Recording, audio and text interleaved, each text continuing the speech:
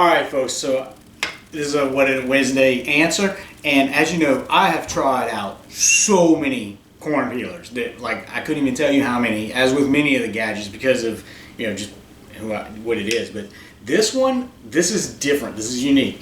If you see here, the blade has a guard whenever you close it up, and it's going to store really easy in the drawer, because Dreamfarm really thought this one out. So the end flips out, you can actually hold it in your hand, and got some fresh corn, and all you have to do is run it across the blade, and it peels it right off. Y'all, this has got to be the easiest I've ever had.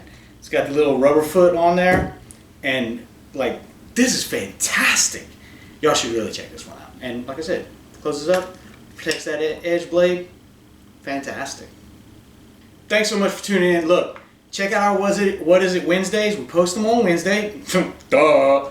And then we give you the answer later. So check it out. If you really like this, hey, subscribe, follow, whatever it is. Comment down below. Let us know if you've seen any really cool gadgets. Love to check them out. Love to see them. And hey, thanks so much for tuning in.